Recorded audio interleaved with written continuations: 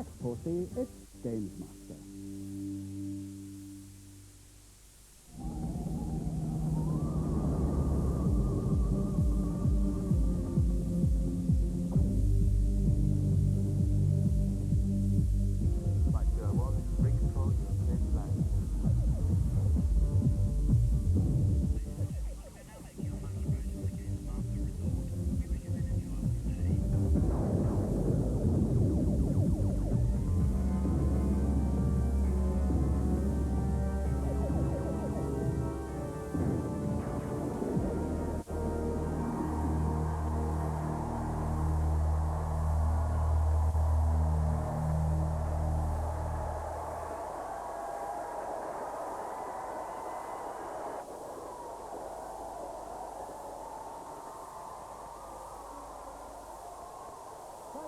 Okay, settle down now, come on, you're too kind. I'm not worthy.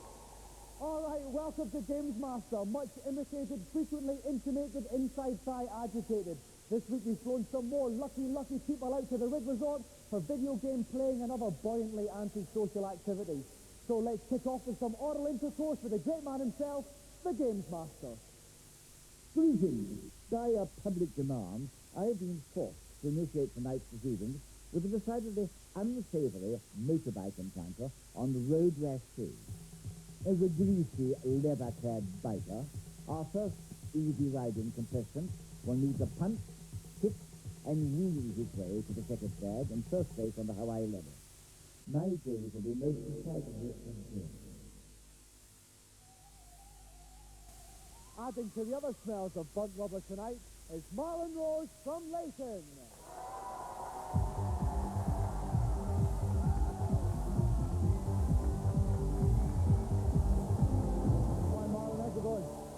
Alright, come out of it, mate.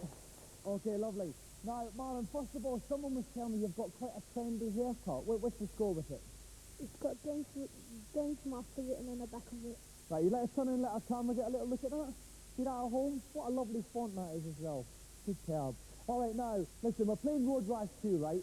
It's not on the easiest level of the Hawaiian race. Are you that confident? I am that confident. Alright then, well, I look forward to seeing how well you do. If you'd like to sit yourself down in the games playing chair, get ready to rev up.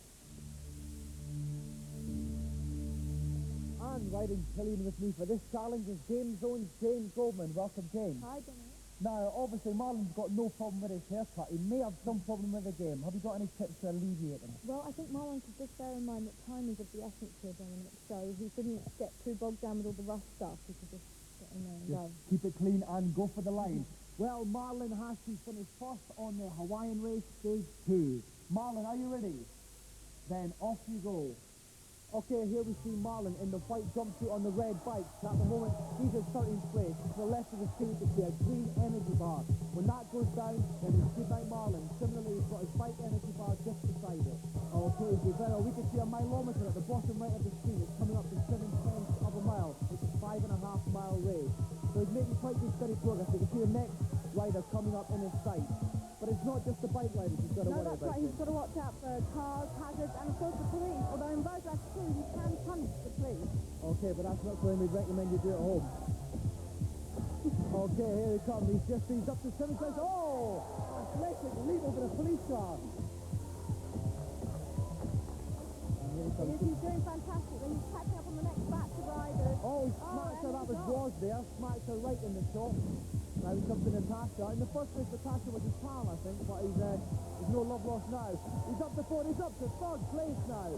Brilliant. He's still got another 3.5 miles. Oh, what's the car? Oh, dear. Now that's going to leave him some time, James. It is. It might cost him the race, but I hope not. Let's take a Marlon's place. He's in 6th place, but there's a couple of dangerous cars that he's just passed his old mate, Natasha. He really can't afford to come off again now. That is true. Right, he's over halfway through the race now. He's just coming up for 2.9 miles. Oh, punch Slater in the face. He's up to 4th. He's up to 3rd.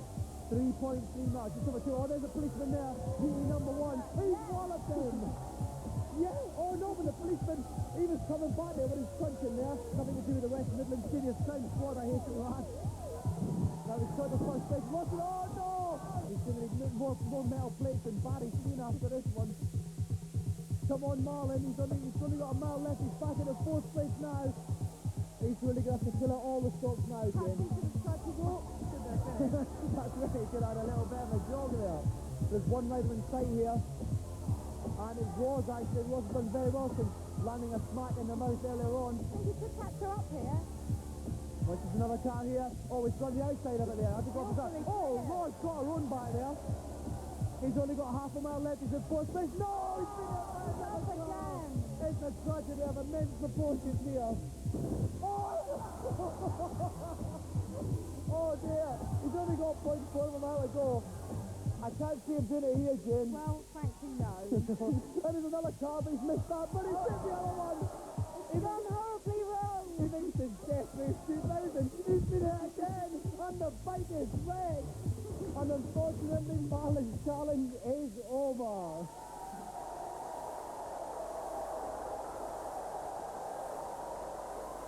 Bad luck, Marlin. All right, settle down a bit now. Behave yourself. Now, Marlin, I tell you, bad luck, but that was brilliant. I was so hysterical. Jing and I were nearly wetting ourselves up there. What were some of the problems, you say? The cars. I couldn't see them when I went over the hill. They weren't letting you alone, weren't they? No. Maybe you should have got some armour plating on the bike as well. Yeah. Have you enjoyed it anyway? Yes, I have. Oh, listen, it's been absolutely brilliant to have you on, Marlin. Another round of applause for Marlin Rose!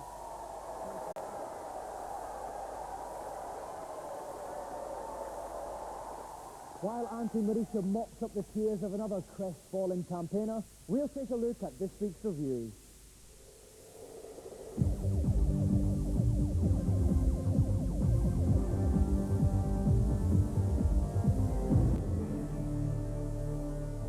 This week, games players everywhere could come over all hip and trendy wheel attached cult games.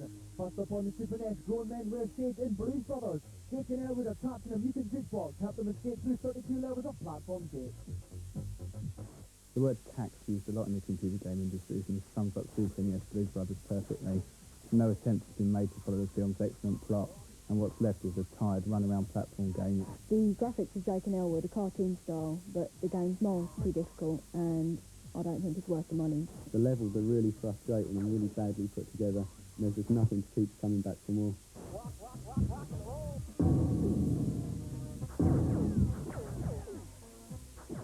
Next up, that cocking soundtrack can only mean it's Doctor Who on the Amiga. Floppy coats and jelly babies abound as we rescue hostages from 4 cities and give the Daleks and Davros a good kicking. Nice playability. I'd recommend it now. The playability is not that bad. It's nothing you're going to play for weeks on end, but probably worth a look. You would have thought with 29 years of Doctor Who, they could have come up with something a bit more inspiring than what it effectively is to run around shoot 'em up. The best way to describe Dalek attack is average.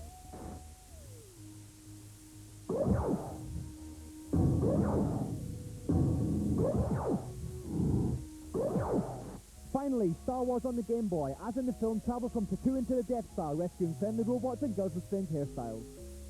The animation is really very good, and it's a very involving and challenging game.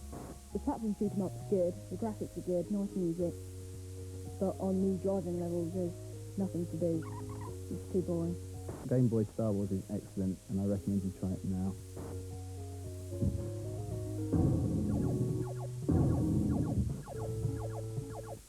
The dawn of 32-bit machines has arrived. The spanking new Atari Acorn and Amigas make the present 16-bit Mega Drive, Super NES and Amiga 600 look positively weaning. Tonight we compare the 3 new boys with help from Alistair Borden from Atari, Simon Lovesley from Acorn and Kelly Sumner from Commodore. First of all, why the new machines? The Atari Falcon is aimed at the home user as a revolutionary new home computer, all singing or dancing. Mum and Dad can do their desktop publishing, word processing and run the family business, whilst the kids are enjoying the latest in stunning games. The person who wants quality graphics, quality sound, a machine that is versatile and easy to use. 65,000 colours. Each pixel can be a different colour. 4,096 colours, and at any one time can display 256 colours on the screen. 16.7 million colours. This has got 16-bit stereo recording, 16-bit stereo playback. That quality is better than CD or DAT tape. As standard, the A3010 comes with 8 stereo channels built in. The Amiga 1200 has 4-channel stereo sound. Currently there are over 50 games being developed Many of these will be released in the first 3 months of 1993. Currently, there are over 250 games available, so this is growing rapidly. 1,500 to 2,000 currently work with the Amiga 1200. By January or February of this year, you would probably see something like 20 or 25 games which are only available on the Amiga 1200.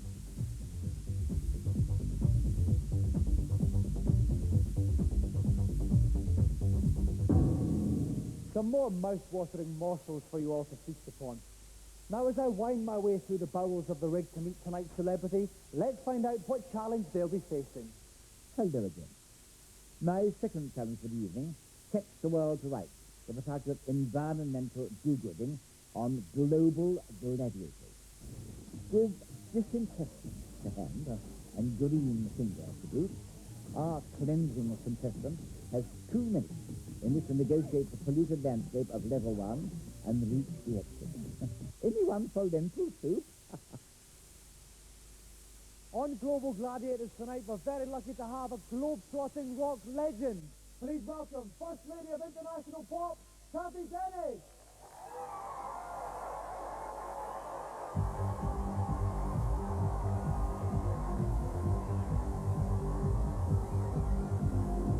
Welcome to the show, Kathy. Thanks so much for joining us. Now, listen, surely you're far too busy to be wasting your time playing with Game Boys, are you? No, I was a big fan of Tetris for a long time. And what about, well, this game's a wee bit different. You're actually saving the environment here. Is that something that's important to you? Yes, it is, but I mean, this is an unusual way of going about it as far as I'm concerned. It certainly is, Kathy. Okay, if you at home want to see if Kathy Dennis can save the world on Global Gladiators, join us after the break.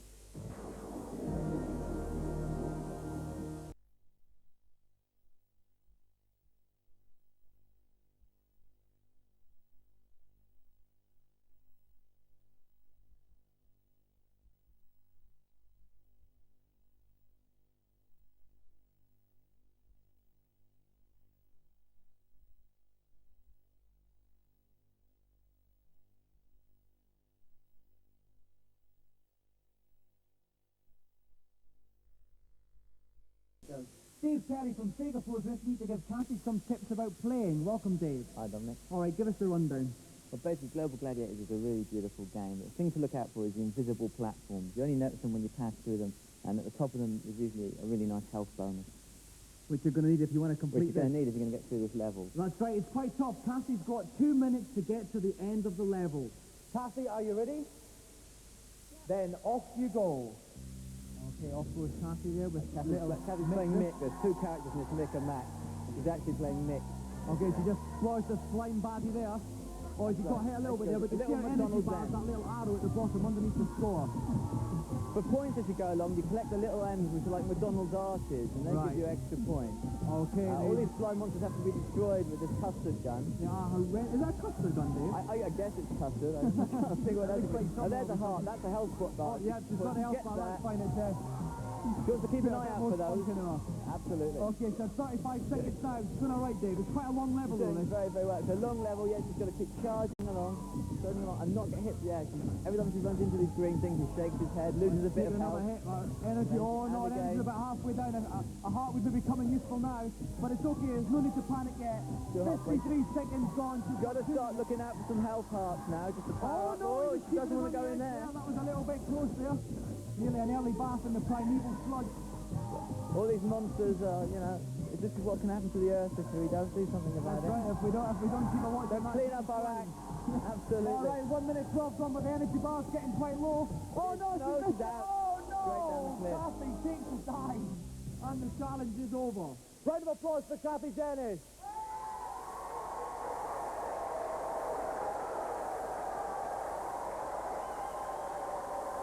Bad luck, Kathy. All right. Now, Kathy, the world has been destroyed, taken over by slime, and it's all your fault. How do you feel? Very, very bad. So listen, what went wrong? It was a good start, and then what were some of the problems? I should have kept on a higher level. I was like at the bottom all the time. And I think I should have been a bit more cautious That was a bit risky. A wee bit risky for this time on a Thursday, you are, Kathy. That's me, that is me. Listen, don't ever go changing, Kathy, all right? Listen, thanks very, very much. Have you enjoyed yourself on our own little rig? Oh, yeah. That's brilliant. Well, listen, you've completely satiated me with your presence. Another round of applause for our special guest, Kathy Dennis.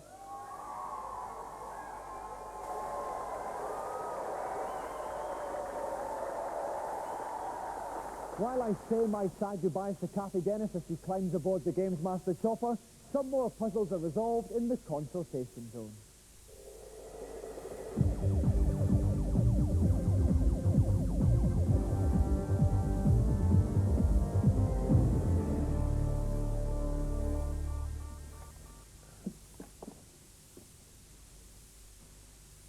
Hello, GamesMaster.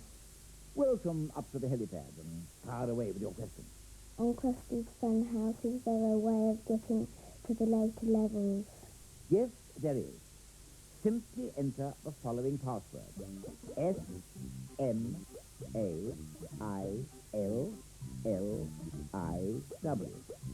That's Williams backwards. And the entire game is yours to explore. Thank you very much. Who's next? Where's the magic cape on Zelda 3? I'm sorry, but if you don't say please, you don't get your questions answered. Next up, please. Hello, GamesMaster. I am near the end of UN Squadron, but I cannot kill the Guardian that hangs from the ceiling. Can you help me, please? The answer here lies in the weapons that you can equip your ship with at the beginning of the level. Before you launch into the fray, buy the gun pod weapon. When you reach the end of level Guardian, let's rip with this gun pod weapon, and you'll soon have him waving the white flag. Thanks a lot. Time for just one more, I think. Hello, GamesMaster. Could you please tell me where the magic cape is on Zelda 3? That's more like it. Go to the top right-hand corner of the graveyard in Light World, pick up the small box, then dash into the stone using the Pegasus shoe. You should then reveal a passageway down to the magic cape. Thanks very much. That's all I'm prepared to impart for now. More tidbits next week. For the final challenge, it's time for another all-comers challenge on the rig. He's back again this week after a stirring victory 7 days ago. British Nintendo champion, Thomas Patterson.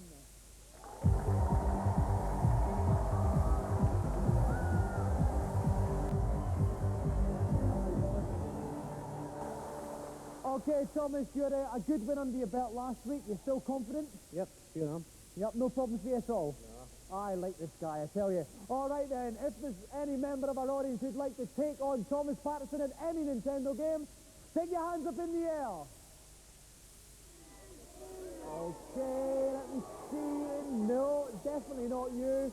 Definitely not. How about this? Yes, the ginger-haired fellow there with the spectacles. If you'd like to make your way down, give a round of applause, everyone.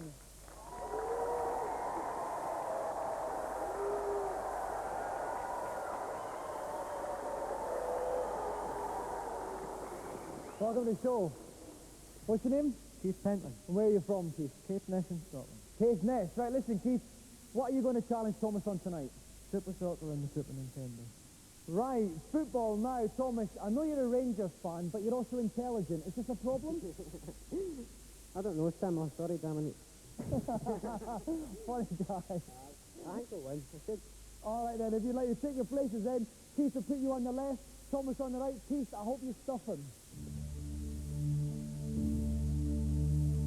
While our nubile young P-boy Cameron fishes this game out of the store, I'll have a little chat with Jim Douglas from the GamesMaster magazine.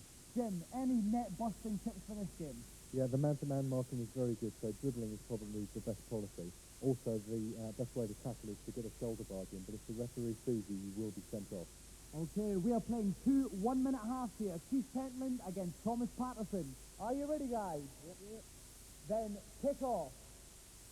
Okay, Keith's playing Holland, playing up the pitch. Thomas is playing West Germany, playing down the pitch. It's Thomas with the ball just now. He's got the ball in. They are shoulder barking here. The referee didn't see it. That could have been dangerous. It could be an automatic sending off under the new FA rules. Okay, it's Holland there in their half of the pitch, though. They've got a clear, lovely little shoulder charge from the Dutch number 7. Oh, but Germany have got it. Germany number 10, no, but now Holland have got it. Oh, the Dutch number 11 gets it. It's across in the box. Surely that. Nowhere. So Keith Bentley is 1 up. Germany kick off. They've given us possession away again, though. But Germany have got it. Oh, here goes Germany. Into the corner. Oh, they did Thomas Patterson killed it level. The Dutch kick off here. Nice little bit dribbling there. Nice tackle. It's up to the Dutch number 9. He takes control of the corner. This was. It's a goal kick to Germany. German number 4 looking tense. It kicks out to German number 3. That's up to German number 10. The German number 9's got it. Davis man, the number 10 put in the box. Gets it back. Gets the rebound. 2-1. Top scoring now for Thomas Patterson. That's right, that long dribbling policy is really paying off. Certainly is. They've given away again. Here comes Germany again. Now we've got the German number 7 tussling in midfield, but it's half time. The score is Germany 2, Holland 1. So the teams come back onto the pitch for the start of the second half. Germany now playing up the pitch, Holland playing down. Is it easier playing up the pitch in this game? Yeah, it certainly is. When you're coming down, you've got the disadvantage of not being able to see the goal. You can't see where you're aiming. Okay, I know, Germany take control again in the midfield here. German number 9 gets it. He's seen a lot of the ball. He's got the after touch there, but the Dutch defence got it there. Oh, it's off the post! Oh, a relentless attack on goal. How close can you get? They've had so many chances. The Dutch are having problems clearing their lines, but now there's a counter attack with the number 10. He evades the shoulder charge of the German defender. Doing very well. Lovely bit of skill from the Dutch number 10. He's in the ball. He shoots. Lovely save there. Diving save from the German keeper. He doesn't have a lot of time left. Right out of danger here, though. Oh, and it's out for a goal kick. A little bit of breathing space for the Germans here. The Dutch have really got to pull something out the back here now, Jim. Yeah, they really have. But, the challenges that are going on are ever so hard. I don't think the ref's really paying much attention to that. I think the ref's gone.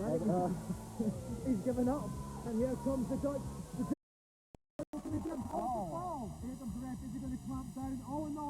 Very lenient today. He should have been off for that one. Here comes Germany. This is probably going to be the last attack in the game unless the Dutch can get it back quickly. Carefully selecting where he's putting the ball. Oh, the Germans have got it.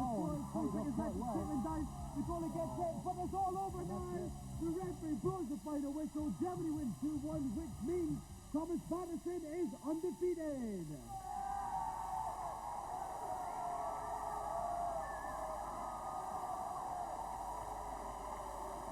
It's a great game, but listen, Keith, I had all my hopes on you. You started off well, you gave me an early goal, then what happened? Well, the goalkeeper just must have taken the day off.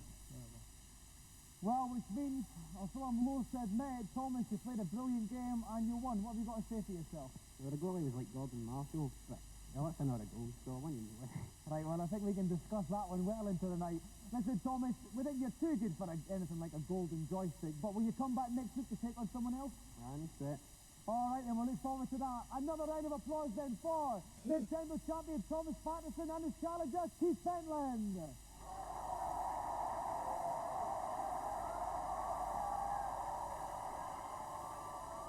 Well, that's the dinner gong, and supper on the rig tonight consists of crab pinchers with cheesy nibbles.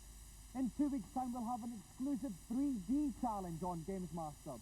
So if you'd like to see lots of objects thrusting their way into the inner sanctum of your living room, be sure to pick up a pair of these essential eyewear accessories. We'll be giving you the details of how to lay your hands on them after the credits tonight. In 7 days' time, we'll be having a little bit of a 3D tryout in preparation for the big one, so pick up your glasses quickly. Good night.